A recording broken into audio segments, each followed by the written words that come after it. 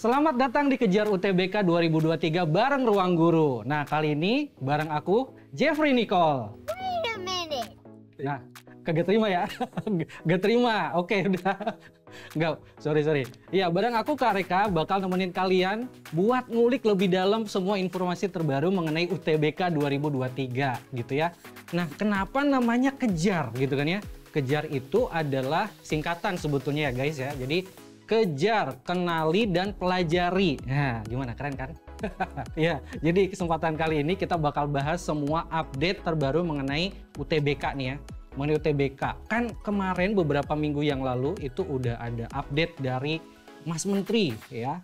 Mengenai seleksi masuk PTN ya. Ada transformasi seleksi masuk PTN 2023. Nah, sebetulnya apa sih sebetulnya bedanya dengan tahun lalu? Dengan tahun-tahun sebelumnya itu bedanya apaan sih? Nah, makanya kita bakal update. Langsung aja deh kita spill ya. Ini dia pembicara kita, ada Kak Fikri. Oh, oke. Tepuk tangan ini sepi banget sih gimana? Oke, jadi silakan nih Kak Fikri, ini siapa sih? Ya, jadi halo semuanya teman-teman yang ada di rumah dimanapun ya.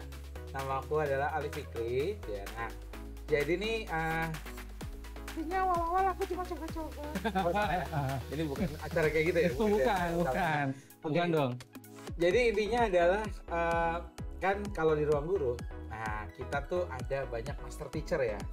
Nah, master teacher ada juga loh yang khusus untuk membuat soal-soal. Nah, itu namanya adalah master teacher assessment. Nah, jadi aku mewakili teman-teman dari master teacher assessment yang selama ini itu bertanggung jawab nih kalau ada soal-soal yang kamu pelajarin dimanapun nih, mau di ruang belajar, di bab soal, di latihan-latihan soal kayak gitu. Nah, kita nih pastinya berusaha untuk terus update nih sama ujian-ujian ya, termasuk UTBK. Nah, makanya hasil update kita ini nih mau dibagi nih ke teman-teman. Nah, itu dia. Kalian pastinya udah kepo apa sih sebetulnya yang membedakan gitu ya UTBK 2023 dan UTBK sebelum-sebelumnya.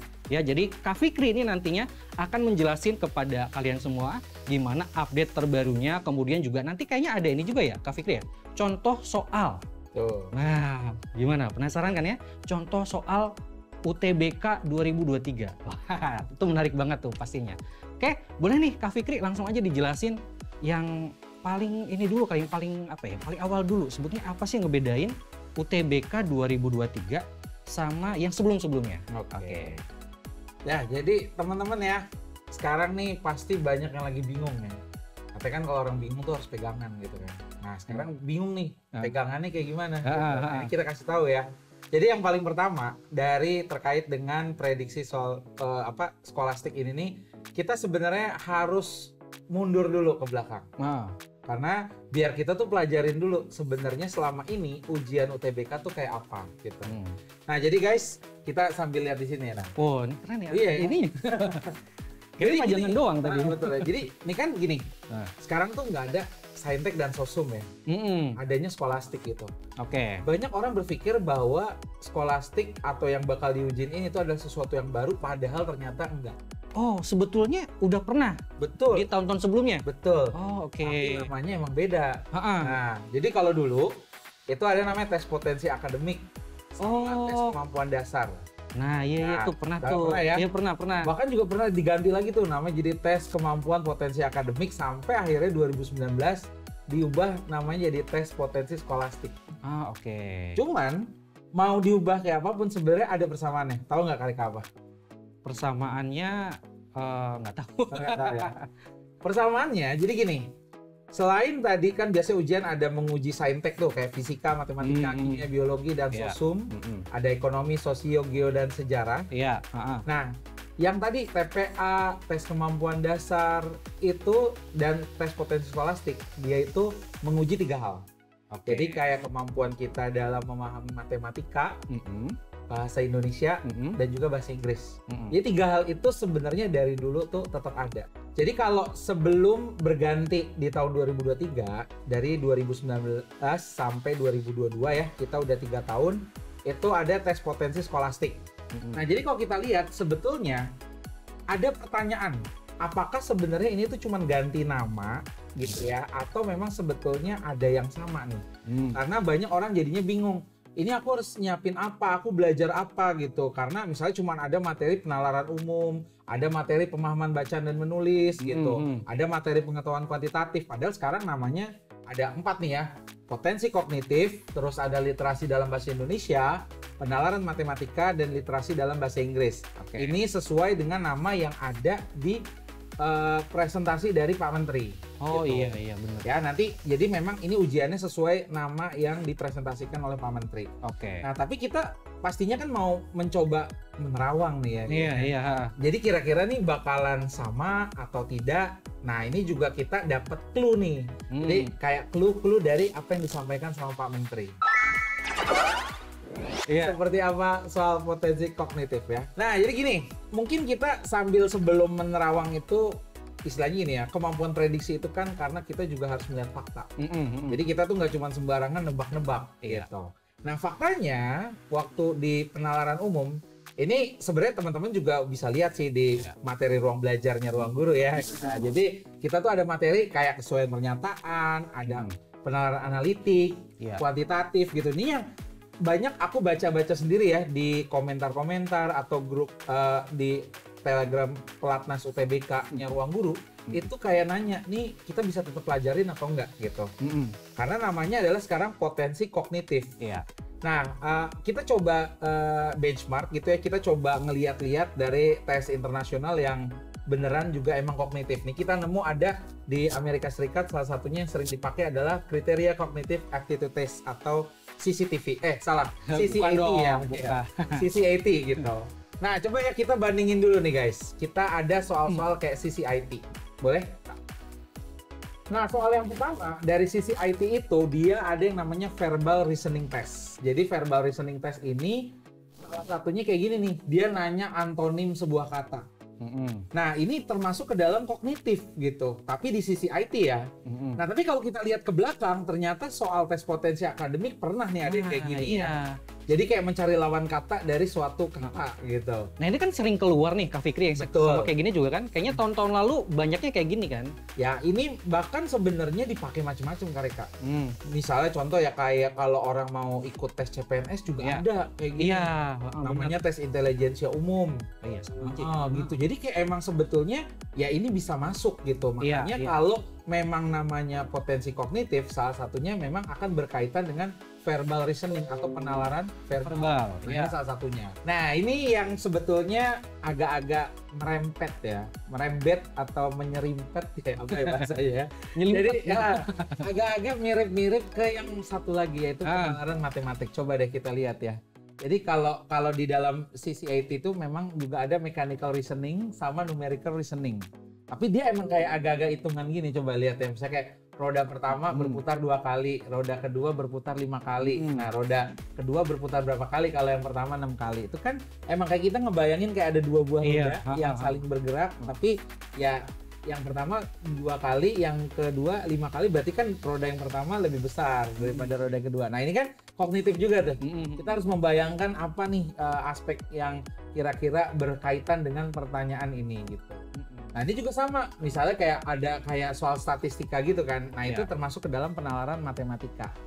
Nah makanya sebenarnya mirip sih, karena apa? Kalau di tes kognitif yang tadi di CCAT itu masuk tuh ke dalam bagian dari CCIT, tapi di penjabaran Pak Menteri ada yang memang penalaran matematika gitu. Jadi ternyata potensi kognitif itu juga masih berkaitan dengan penalaran matematika. Kita mungkin lanjut aja ke penalaran matematika. Ini kan nyambung banget nih, numerical reasoning test, ya kan? Tapi ini sebetulnya masuk ke yang kognitif. Betul. Bagaimana dengan soal yang matematika? Kak Fikri punya juga nggak?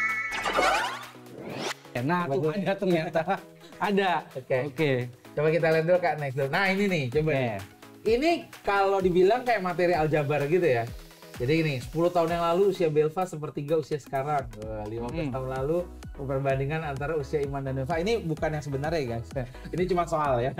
Jadi kayak gitu. Terus kayak kita lihat juga nih kayak ada saran terima uang 50.000. Terus 1/10-nya digunain beli sabun cuci. Sabun cuci. Tapi buat menyucikan.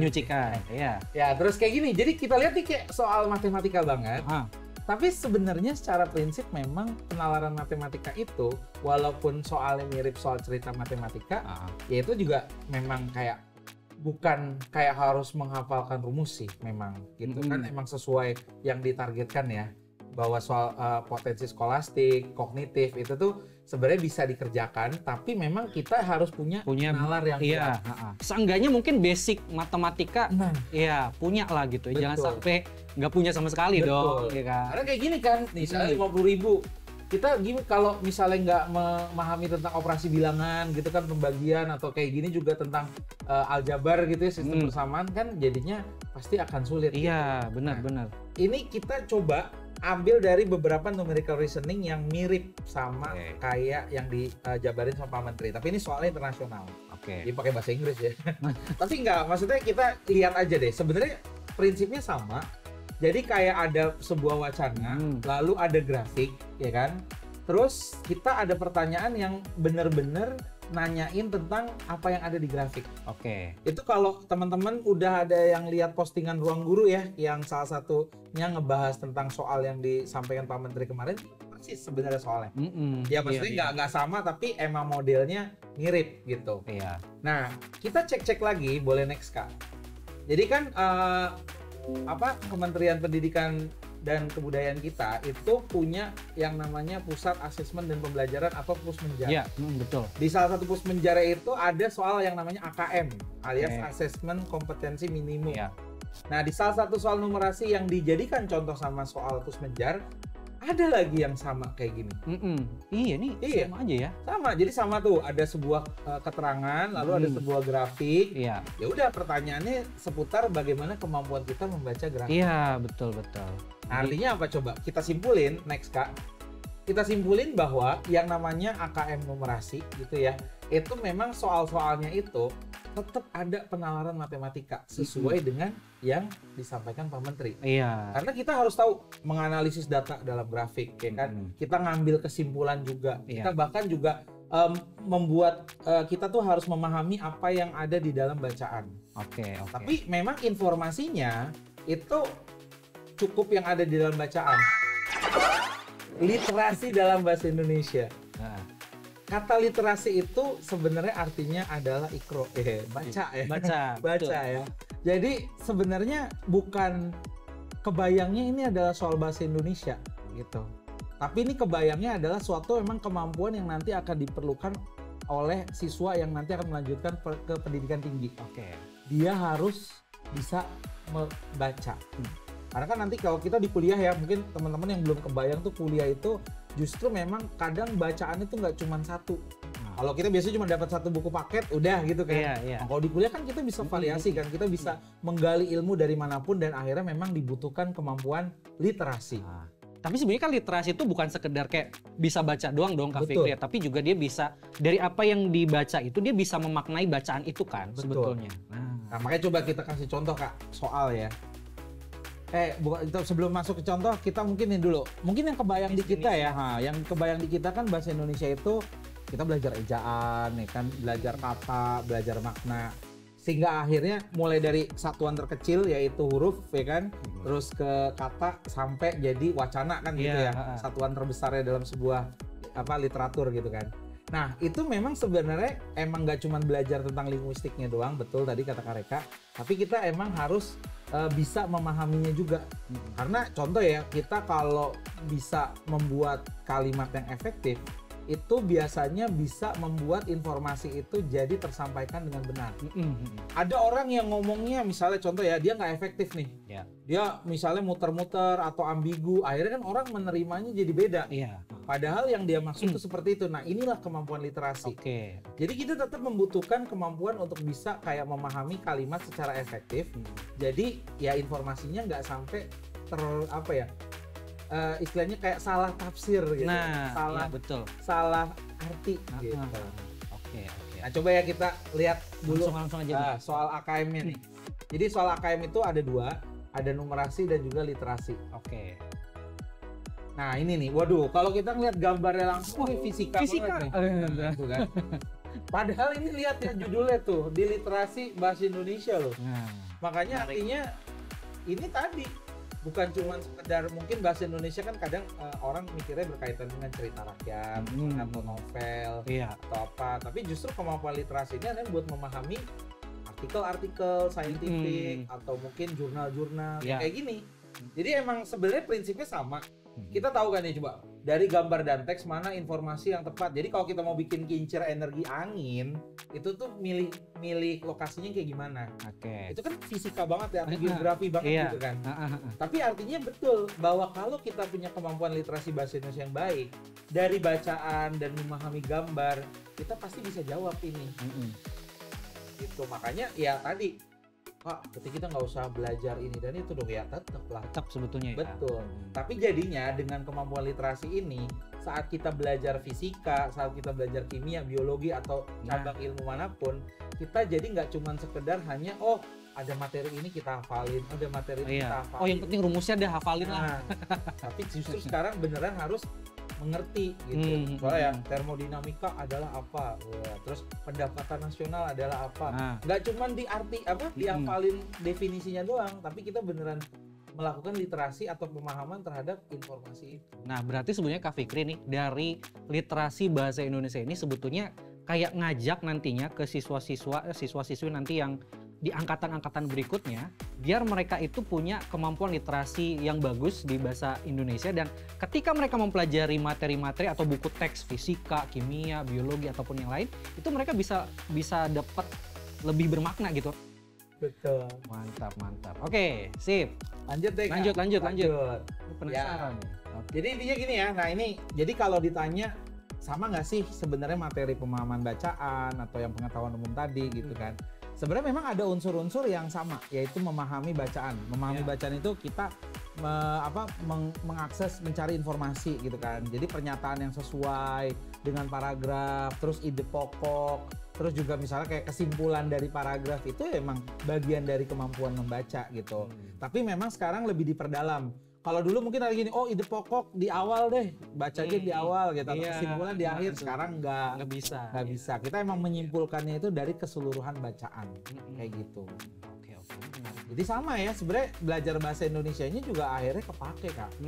Gitu. Jadi semua materi yang udah ada itu juga bukan berarti nggak kepake, justru kepake. Gitu. Karena selama ini kan kayaknya nih mindsetnya anak-anak ya, ketika belajar ya bahasa Indonesia aja pelajarannya, ya fisika aja, kayaknya nggak ada sangkut paut. Tapi dengan adanya soal-soal bertipe AKM kayak gini tuh jadinya nyambung gitu. Bahasa Indonesia tuh adalah sebagai tools untuk memahami kimia, fisika, sejarah apa segala macam, karena kan literasinya harus bagus dulu dong. Betul. Nah itu berarti nggak cuma bahasa Indonesia. Karena kita apa juga kuliah itu belum tentu semua bukunya bahasa Indonesia. Itu dia. Literaturnya banyak dari luar ya kan. Kebanyakan sumber ilmunya apalagi kayak biologi tuh banyak banget dari luar gitu ya. Makanya ada satu lagi Kak tesnya.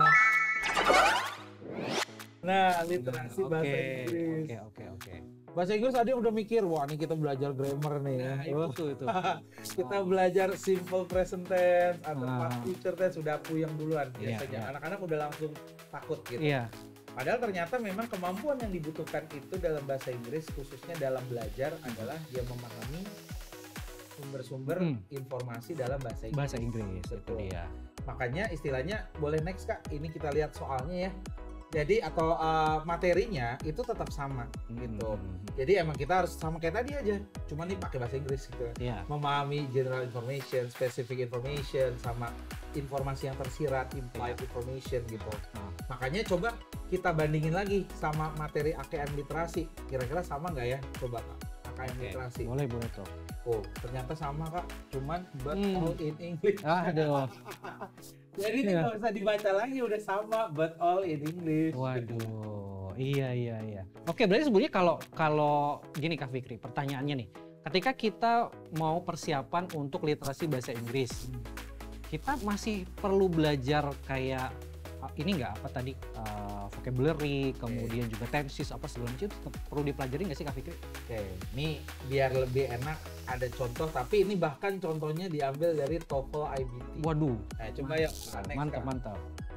Nah, jadi coba nih, kalau kita ngeliat panjang banget. Panjang banget, terus Ini lihat ada radioaktif, ada strontium, rubidium gitu kan ya. Kimia banget kan. Ada ya gitulah pokoknya. Ini sorry kalau agak ini soalnya aku ngambil dari buku ya. Ya. Tapi kalau kita lihat kalimatnya, pertanyaannya, soalnya itu kayak coba Kak Reka perhatikan tingkat jadi ininya ya.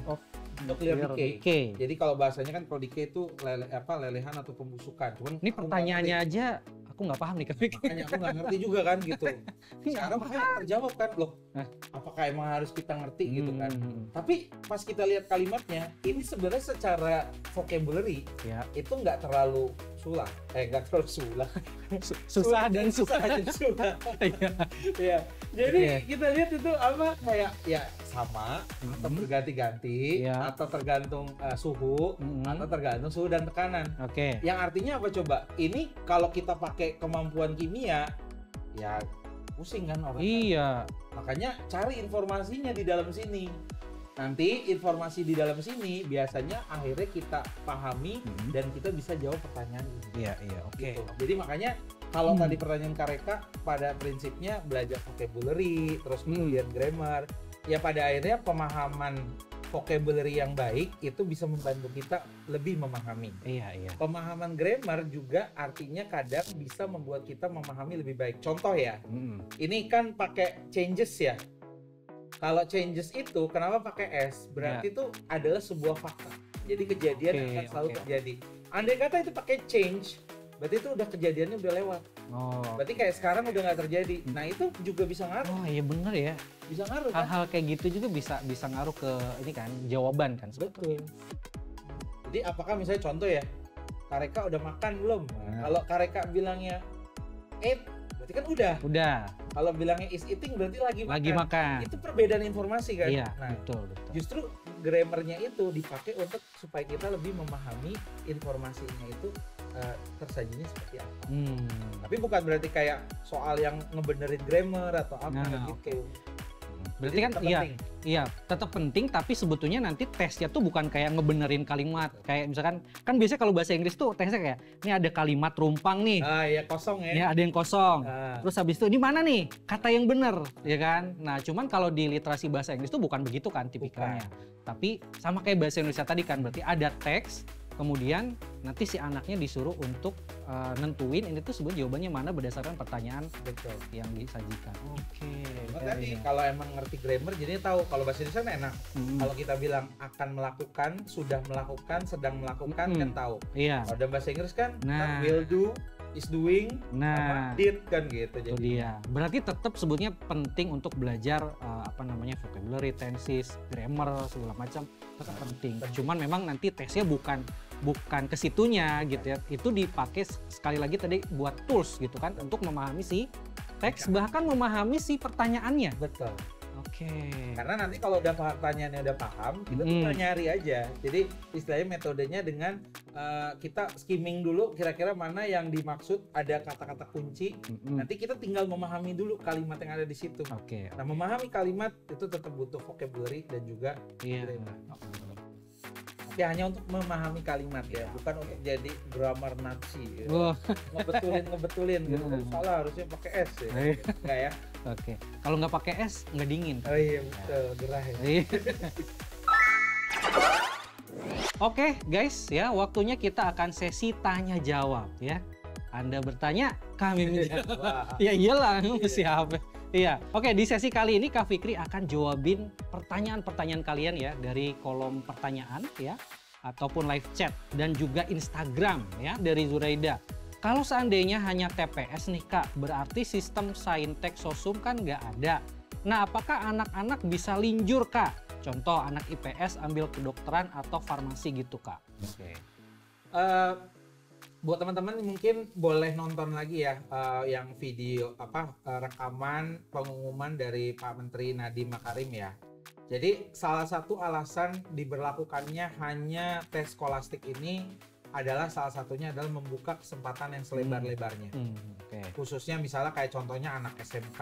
Kalau yang kemarin disebut ya ada anak madrasah, misalnya madrasah aliyah gitu ya, madrasah. Ya intinya kayak semua orang pada dasarnya bisa untuk ikut ujian ini. Tapi tetap Kalau yang pengen lintas jurusan, itu jangan kayak ngebayangin gini. Wah, aku pengen masuk kedokteran nih. Kan tesnya cuma TPS doang kan, berarti bisa nih. Tapi dia lupa kalau nanti udah keterima, ya kan dia belajar kedokteran kan. Iya, betul. Jadi artinya apa? Tetap penting untuk mempelajari segala ilmu-ilmu yang akan berkaitan dengan jurusan yang kita mau capai.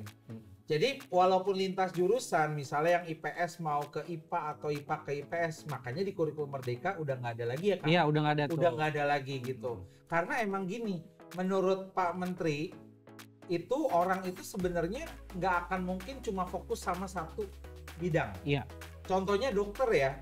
Dokter itu ketika dia akhirnya misalnya buka praktek sendiri atau buka klinik, dia tetap harus ngerti ilmu bisnis. Betul. Karena kalau enggak ntar orang datang nggak bayar atau misalnya dia nggak ngerti pembayaran digital gitu ya, atau dia nggak ngerti akuntansi, toto nih mana uangnya gitu, campur gitu kan. Jadi memang betul yang dimaksud sama Pak Menteri ini adalah kita bisa belajar apapun. Dari Rifki, soal skolastik untuk UTBK ini apakah sama dengan TPS? Karena saya terlanjur beli buku UTBK yang ada TKA dan TPS-nya. Jadi takutnya buku yang sudah terbeli mubazir. Oh, ini udah kayak makanannya. Kayak mubazir nih gitu. Padahal sebetulnya ya kayaknya sih masih ada nyambungnya lah ya. Ini Mas Iman Usman aku pinjem kuotanya ya. Apa quote-nya aku ya. Jadi Mas Iman Usman ya foundernya Ruang Guru pernah ngomong. Jadi nggak ada istilah yang namanya over learning. Jadi kalau overeating ada ya. Jangan gitu dong. Jangan gitu dong. Berlebihan nggak baik gitu. Atau misalnya apa main HP berlebihan nggak baik. Iya. Gitu. Tapi belajar berlebihan tuh nggak pernah ada dampaknya. Berarti segala yang berlebihan tidak baik kecuali belajar. Betul. Keren banget. Itu dari Mas Iman Usman ya. Gitu. Jadi over learning. Nah sekarang kalau dibilang kayak tadi kita beli buku mubazir dong. Waduh itu udah mindset yang salah dari awal. Karena ilmu itu nggak pernah mubazir. Jangan pernah berpikir bahwa ilmu itu hanya kepake saat ujian. Aduh itu salah banget. Gitu. Apalagi tadi TPS itu artinya kependekan dari tes potensi skolastik. Sekarang tes skolastik kan masih sama skolastik, benar gitu sama kan. Tapi mungkin kayak tadi bisa aja ada kemungkinan yang lain-lain. Itu ya nggak apa-apa. Tetap belajar dulu gitu. Jangan kayak merasa aduh ini belajarnya yang mana nih. Ya udah semua dipelajarin. Karena ya berkaca pada pengalaman kita yang namanya UTBK itu setiap tahun-tahunnya itu bisa aja yang materi yang keluar itu berubah-ubah. Tapi kan pada dasarnya apa? Yang penting belajar dasarnya itu tetap sama. Dan kayak contoh ya, Kak kita nggak kepake dong Kak belajar fisika. Lah kalau besok mau masuk jurusan kuliahnya ada fisikanya ya kepake dong. Iya betul banget. Jadi nggak ada yang mubazir. Jadi tolong buang jauh-jauh pikiran merasa mubazir udah beli ini dan itu buang jauh-jauh karena ilmu itu akan selalu terpakai sampai kapanpun. Kita manusia itu boleh belajar apapun dan tidak ada yang percuma. Iya. Tapi salut sih tadi ya buat pertanyaan yang terakhir itu dia udah jauh-jauh hari beli gitu. Iya sih, itu keren banget ya. Jadi artinya memang udah nyiapinnya dari jauh-jauh hari, nggak mikir nanti aja deh abis pengumuman SNMPTN. Masih banyak yang gitu soalnya. Oke.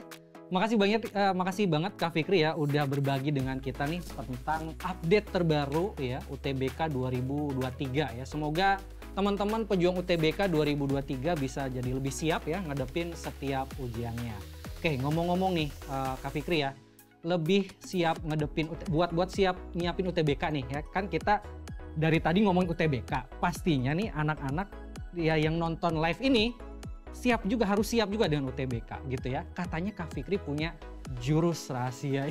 Jurus rahasia terakhir buat persiapan UTBK 2023. Oke. Boleh di spill Kak? Iya.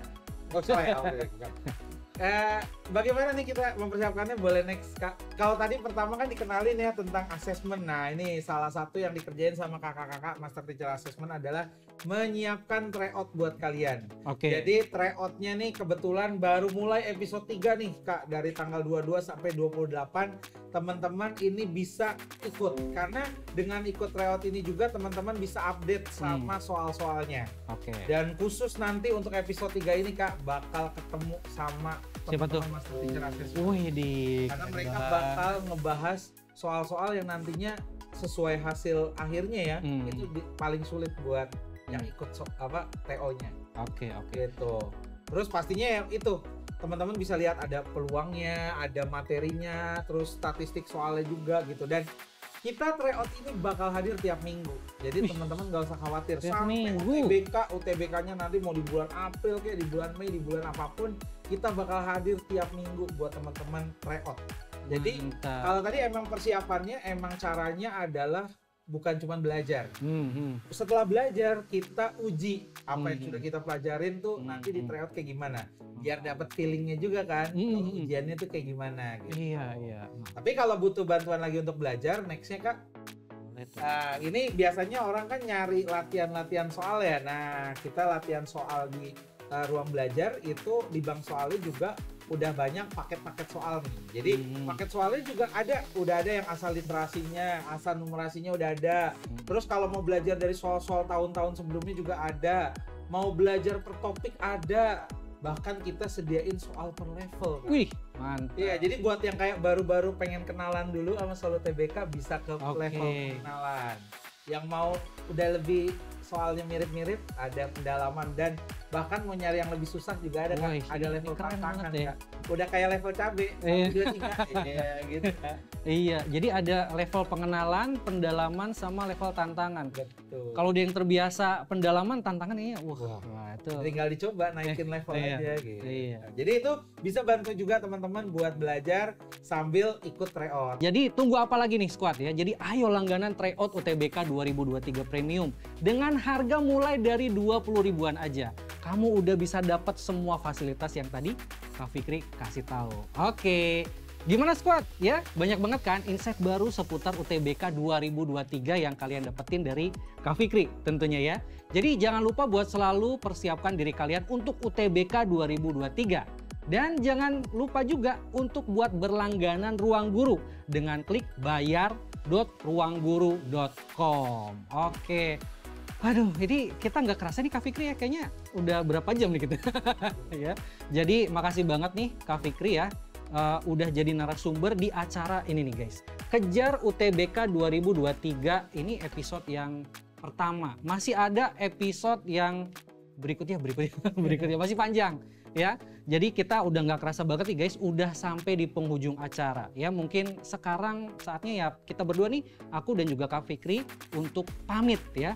Dan tentunya sampai jumpa nanti ya di Kejar UTBK 2023 bareng Ruang Guru tentunya ya di episode berikutnya. Nanti bakalan ada pengumuman juga ya kapan-kapannya tadi. Makanya pantengin terus ya sosmednya Ruang Guru gitu ya, karena informasinya akan ada di situ.